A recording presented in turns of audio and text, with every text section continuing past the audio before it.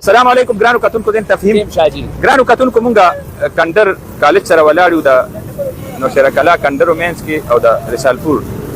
مینس کې جی ټی روډ باندې دلته تاسو سبخکاری دا د مونږ شاته دلته آی ډي بلاست شوی دی د روډ په غاړه سشیس کې بم یې شو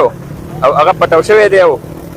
معمولی چې کوم هغه ځای دی هغې کې کنده کړې ده دې ټایم کې مردان جی ټي روډ مردان نوخار جی ټي روډ بلاک دی او چې څومره تفتیشي ادارې دي هغه تحقیقات کوي تفتیش کوي دلته کې انویسټیګیشن شروع دی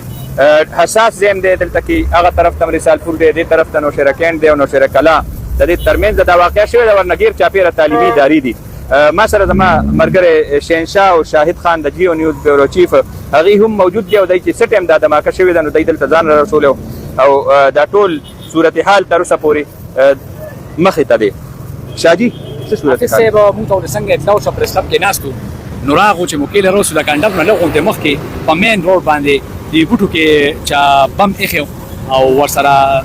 لاچونه وچه لاچونه دغه شوی را ماته شوی را نو ته بلاس شو خدای په خیر کړی دی او په خاوره کې خو خو نه سپکه جوبل شوی دی نه پکې مړی شوی خو الله پاک خیر کړی غوډه څنګه بلاس شو نو ټول چې کوم ادارې وي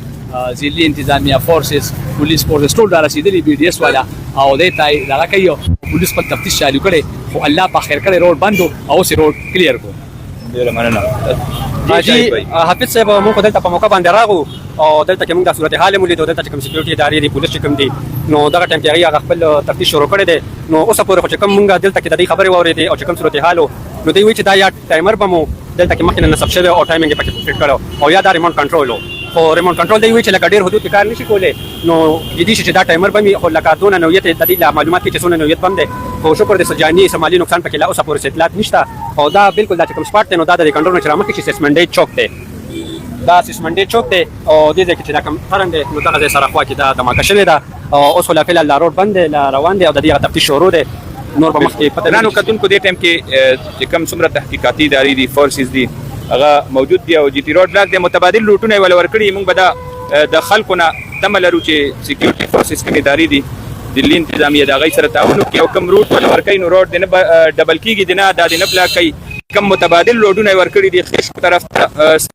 رسالپور نه اخوا موټروی باندې نو هغه دې جاین کړي او د تکلیف نه دې ځان بچ کړي ځکه دلته کې چې کوم فورسز هغه تحقیقات کوي او تفتیش کې لګیا دي نو هغې کې